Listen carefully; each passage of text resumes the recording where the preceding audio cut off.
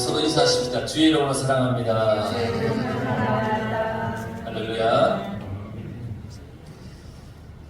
오늘 말씀을 잘 보면 23절, 24절 배에 오르심에 제자들이 따랐더니 바다에 큰 놀이 일어나 배가 물결에 덮이게 되었으되 예수께서는 주무시는지라. 이 말씀을 가만히 한번 여러분 생각을 한번 해보세요. 생각을 해보긴 하는데 잘 이해가 되지 않아요, 이 말씀이. 왜냐하면 한번 생각해 보세요. 제자들이 지금 예수님을 따라서 함께 배에 탔습니다. 예수님과 함께 배에 탔죠. 그러니까 우리들이 교회에 다니고 신앙생활하는 모습과 같은 거예요. 예수님과 함께. 지금 여러분들이 예수님과 함께 지금 이 교회에 와서 배를 이렇게 타고 있는 거예요. 예수님과 함께 있는 거예요. 그런데 갑자기 큰 놀이 일었다는 거예요. 배를 집어삼킬 듯한 그런 놀이 일인 거예요.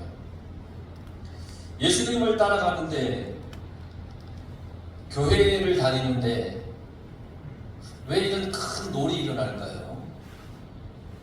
여러분, 우리는 풍랑이 없어지기를 바라면서 교회를 나오지 않습니까? 주님, 내 인생에 풍랑이 좀 사라지게 해주십시오 이러면서 주님 앞에 나오잖아요. 그런데 풍랑이 일어나는 건 또 왜일까요? 이유가 뭘까요? 근데 더 이상한 것은 그 풍랑이 있는 그 바다의 그 흔들리는 배 속에서 예수님은 지금 주무시고 계시는 거예요. 제자들은 안절부절 못하는데 예수님은 지금 주무시고 계세요. 그러니까 선뜻 이해가 되지 않는 거예요, 이 구절이.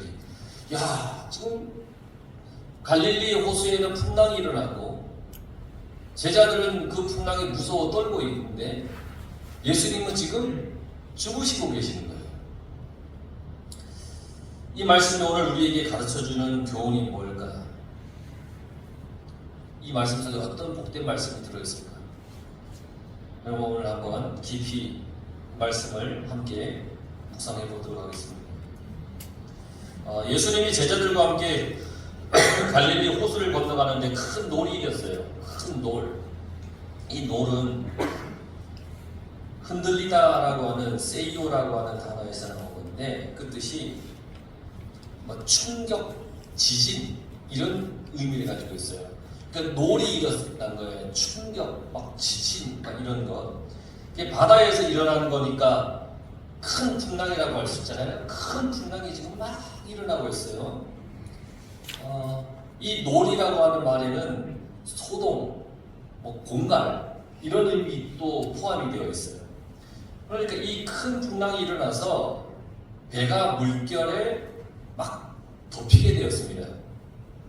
갈릴리 호수는 아주 우리가 생각하는 작은 호수가 아닙니다. 여러분, 저는 이 보험서의 갈릴리 호수를 쭉 볼 때 아주 예전에는 갈릴리 호수가 되게 작은 호수인 줄 알았어요. 그 작은 호수에서 제자들이 이제 그 어부 생활을 하다가 예수님께 물려서 가고 또 예수님이 그 작은 갈릴리 지역에서 이렇게 복음을 전했겠지 않나 생각을 했는데 사실은 이 갈릴리 호수가 길이가 21km예요. 그 폭이 12km예요. 이 작은 곳이 아니에요. 큰 곳이에요. 이 호수 주변에는 산으로 둘러싸여 있습니다. 그래서 지중해 해수면보다 200m나 아래에 있습니다. 그러니까 어떤 큰 냄비 같은 그런 모습이죠. 산으로 둘러싸여 있고 지중해보다 200m나 더 낮은 위치에 있으니까.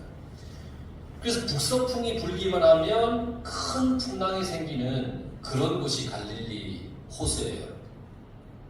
제자들은 이곳에서 자란 어부들이에요. 갈릴리 호수에서 고기 잡기를 했던 어부들. 그런데 큰 놀이 일어나자 죽게 되었다고 소리를 칩니다. 그들은 금방 느꼈을 거예요. 어부였잖아요. 이런 풍랑을 한두 번 겪어봤겠습니까? 갈릴리 바다에서, 호수에서. 이건 아주 큰 풍랑이에요. 큰 풍랑이군요. 그렇습니다. 우리 인생길에는 큰 풍랑이 불어닥칩니다. 큰 풍랑이 없는 인생이 없습니다. 내 인생에, 내 가정에, 내 삶에 그 모든 기반을 송두리째 흔들어 놓는 그런 바람이 불어올 때가 있다는 겁니다. 아마 개인적으로 여러분들과 얘기하면 아마 그러실 거예요. 목사님, 내가 말을 안 해서 그렇지요. 내가 살아온 인생 한번 들어보실래요? 일주일 밤새 얘기해도 더 해야 됩니다. 책을 쓰면 몇 권을 씁니다. 막 그러실 거예요, 다들. 저도 그렇습니다. 누구나 이런 인생의 풍랑이 다 있다는 겁니다. 건강이 풍랑이 되어서 나에게 닥칠 때도 있고요. 어떤 일을 하다가 그게 잘 안 되는 어떤 실패로 인한 풍랑이 나에게 올 때도 있고, 때로는 죽음의 아픔이 나에게 오기도 하고, 이런 시련의 풍랑은 우리 인생에 계속해서 불어옵니다. 제자들은 예수님과 함께 가는 길에 풍랑을 만났습니다. 예수님을 믿는 신앙 생활에도 풍랑이 있는 겁니다. 배가 물결에 덮이게 되었습니다. 물결이 배를 덮었어요. 덮다라고 하는 말은 파묻어 버렸다라고 하는 의미예요. 이 풍랑이 그 정도로 불어치는 겁니다. 물결이 배를 덮어버렸습니다. 배가 물결 속에 숨어버렸다는 의미예요. 안 보이는 거예요. 배가 보여야 되는데 배가 안 보이는 거예요. 풍랑 때문에. 물결이 배를 집어삼키는 모습, 그 배는 위기를 맞고 있는 겁니다. 지금 교회도 이런 환란을 겪을 때가 있습니다. 핍박을 당할 때도 있습니다. 개인적으로도 시련과 신앙적인 위기를 만나기도 합니다. 그렇죠? 그런데 말씀을 잘 보십시오. 제자들이 큰 풍랑을 만나서 죽을 지경이 되었는데 지금 예수님은 주무시고 계세요. 여러분, 아무리 그래도 그렇지, 아무리 피곤해도 그렇지, 큰 풍랑이 일어나는데 잠을 잘 수가 있을까? 그런 생각을 해봤어요. 야, 어떻게 잠을 자지? 여러분, 이런 경우가 있지 않습니까? 큰 풍랑이 일어났는데 잠을 자고 있다. 정말 피곤하면 그럴 수도 있을 것 같아요. 너무 피곤하면 옆에서 누가 뭔 짓을 하고 어떻게 흔들어도 못 일어나는 경우가 있잖아요. 그리고 아무런 걱정이 안 될 때 잠을 자거나 태어나기도 하죠. 아무런 걱정이 없습니다. 주변에서는 소동이 일어났는데 나 자신은 아무 걱정이 안 되니까 그냥 평안한 거예요. 예수님도 그랬을 것 같아요. 너무 피곤하셔서 깊이 잠이 들었을 수도 있어요. 그리고 예수님은 풍랑을 두려워하지 않으세요. 바다와 풍랑까지도 다스리시는 창조주이시기 때문에 풍랑이 두렵지 않은 거예요. 그 풍랑은 누가 두려워합니까? 우리들이 두려워하는 거예요. 근데 예수님은 그 풍랑이 두렵지 않아요. 풍랑 앞에서 두려워 떨고 있는 제자들의 모습, 그리고 고요히 주무시는 예수님의 모습이 23절, 24절에 대조되어 있어요. 그리고 25절에 보니까 그 제자들이 나와 깨우며 이르되 주여 구원하소서 우리가 죽겠나이다. 급한 거예요. 주여! 주여! 구해주십시오! 주여! 주여! 그렇게 부르는 겁니다. 죽을 지경인 거예요. 주여! 주여! 주여! 어디 계세요? 주여! 주여! 막 찾는 거예요. 제자들이 무서워요. 그 풍랑 앞에서 이들이 할 수 있는 것은 아무것도 없어요. 인생의 풍랑 가운데 여러분 할 수 있는 게 뭐가 있습니까? 고난과 역경 앞에서 우리는 그냥 무기력합니다. 할 수 있는 게 없어요. 뭘 하겠어요? 이럴 때 믿음이 없으면 흔들리고 무너지는 겁니다. 풍랑 앞에서 내가 할 수 있는 것은 아무것도 없습니다. 그냥 엎드려서 부르짖는 것밖에 없습니다. 주여! 주여! 주여! 내가 죽게 됐습니다. 주여! 나 좀 살려주세요. 주여! 우리가 할 수 있는 것은 그거밖에 없다는 겁니다. 수로보니게 여인이 자기의 귀신 들린 딸을 예수님께 와서 좀 이 귀신을 쫓아주십시오 그랬잖아요. 그때 예수님이 이 여인을 뭐 취급했습니까? 개 취급했지 않습니까? 근데 이 여인은 어땠어요? 그 개도 주인이 떨어지는 상에서 떨어지는 부스러기 먹습니다. 그러니 주여 주여. 12의 혈류증을 앓은 여인이 모든 방법을 써봤지만 그 혈류병을 해결할 방법이 없었어요. 결국은 믿음으로 주님 앞에 나와 주님의 옷자락을 만든 거예요. 주여! 주여! 이런 심정으로 주님 앞에 나왔다는 거예요. 주님 구해주십시오. 우리가 죽게 되었습니다. 이 심정으로 주님께 구해야 되는 거예요. 주님, 내가 죽게 되었습니다. 나를 구해주십시오. 그래서 26절에 예수께서 이르시되 어찌하여 무서워하느냐? 믿음이 작은 자들아 하시고 곧 일어나 바람과 바다를 꾸짖으시니 아주 잔잔하게 되거든요. 예수님은 제자들에게 너희들 왜 무서워하느냐? 아유, 믿음이 작은 자들아. 믿음이 작다라고 하는 것은 거의 신뢰하지 않는 이라는 뜻을 가지고 있어요. 그 믿음이 작은 건 거의 신뢰하지 않는 이런 뜻이에요. 신뢰하기는 하는데 거의 하지 않는 거예요. 여러분, 믿음이라고 하는 것은 온전해야 됩니다. 믿음은 온전해야 되는 거예요. 그런데 풍랑을 만나면 그 믿음이 들통이 나는 거예요. 여러분 잘 생각해 보세요. 제자들은 얼마 전에 예수님의 능력을 보았어요. 백부장의 하인을 주님께서 말씀으로 고치시는 것을 보았어요. 병자를 고치시고 귀신을 내쫓는 것을 예수님이 그렇게 하시는 것을 제자들이 다 보았어요. 그런데 예수님을 조금만 의지하는 거예요. 거의 신뢰하지 않았습니다. 믿음보다 두려움이 더 컸기 때문입니다. 예수님보다 풍랑이 더 컸다는 겁니다. 그러나 예수님은 그들에게 뭐라고 말씀하셨냐면 믿음이 작은 자들아 그렇게 말씀하셨어요. 교회는 다니는데 예수님을 신뢰하지 않는 거예요. 이 제자들의 모습이 그런 모습이에요. 교회는 다니는데 예수님을 신뢰하지 않아요. 믿는 것 같은데 온전히 믿질 않아요. 믿음이 작은 자라고 하는 말에는 쉽사리 믿지 않는 자라는 뜻이 있어요. 믿으려고 하고 믿어야 되는데 쉽사리 믿지 못하는 거예요. 보았어도 들었어도 쉽사리 믿지 않는 거예요. 교회를 잘 다니다가도 풍랑을 만나면 믿음이 작아지는 거예요. 의심을 하고 두려워하고 걱정해요. 잠을 자지 못해요. 마음에 평안이 없는 거예요. 다 잃어버렸어요. 그러니까 그러는 거예요. 주님, 내가 죽을 것 같습니다. 그러니까 예수님께서 주무시다가 일어나서 이렇게 말씀하시는 거예요. 바람과 바다를 꾸짖으시는 거예요.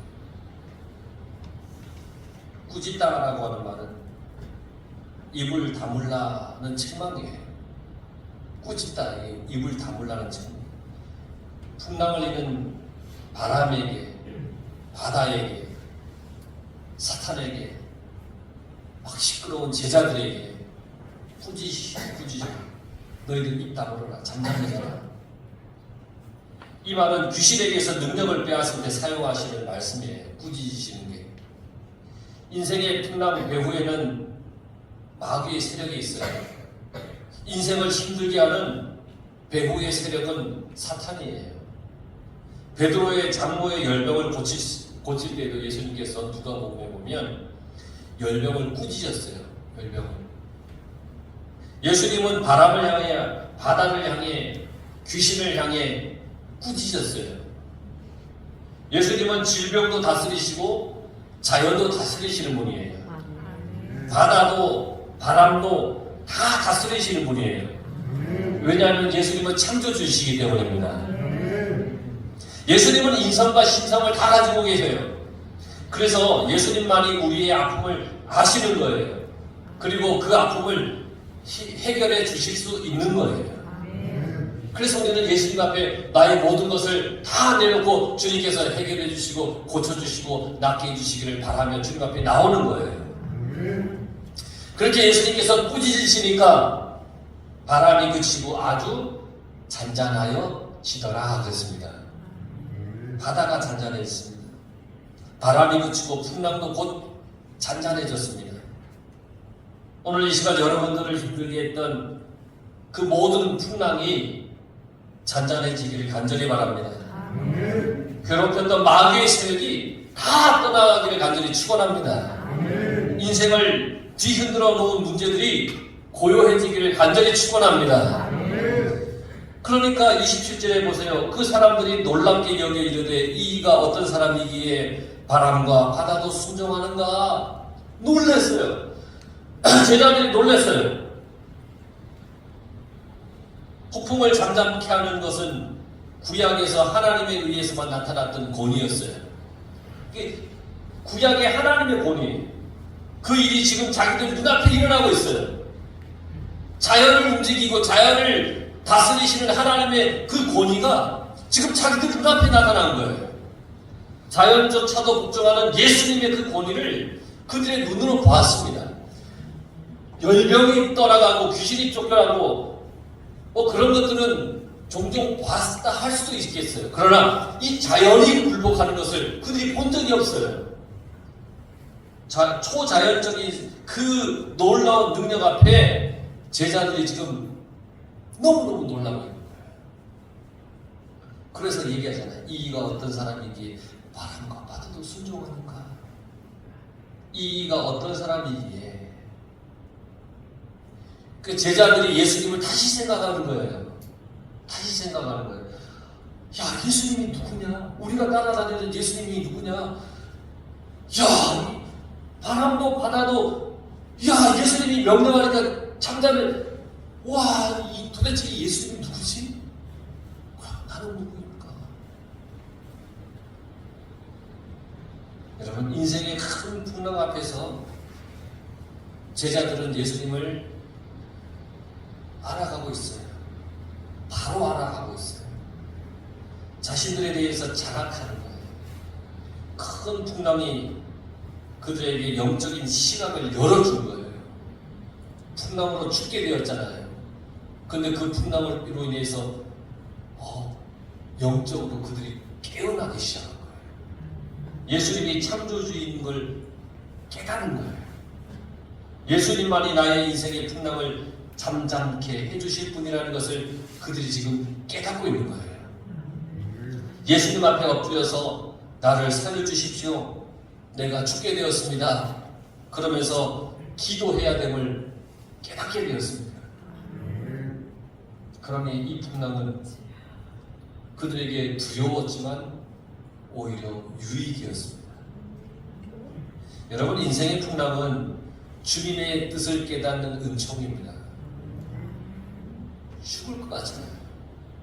그런데 그 풍랑이 주님의 뜻을 깨닫는 은총입니다. 제자들은 자신들이 주인인 것처럼 살았습니다. 무엇이든지 할 수 있다라고 여겼습니다. 그러나 깨달았습니다. 나는 아무것도 아닌 존재다. 죽음 앞에서 내가 할 수 있는 것이 무엇입니까? 질병 가운데 나의 지식과 물질이 무슨 소용이 있습니까? 인생의 여러 가지 문제를 만났을 때 내가 할 수 있는 게 뭡니까? 이 세상 떠날 때 지옥의 권세에서 나를 건져주실 분이 누구입니까? 예수님께서 말씀하셨습니다. 믿음이 작은 자들아, 나는 하늘의 권세를 가지고 있다. 나는 너희를 사랑한다. 모든 것을 생생하게 보지 않았느냐? 이제 너희들은 나를 온전히 신뢰해라. 내가 메시아다.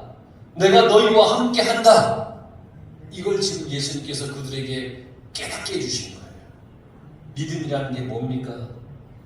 예수님이 나와 함께 하시는 거예요. 예수님은 내 형편을 다 아세요. 예수님은 내 형편을 다 해결해 주실 거라는 것을 믿는 것. 이게 믿음이에요. 믿음. 인생의 풍랑은 예수님을 새롭게 만나게 합니다. 그 풍랑은 우리를 주님 앞으로 이끌어 줍니다. 풍랑은 주님을 만나게 해주는 겁니다. 나의 모든 것을 내려놓게 합니다. 나의 한계를 깨닫게 하는 거예요.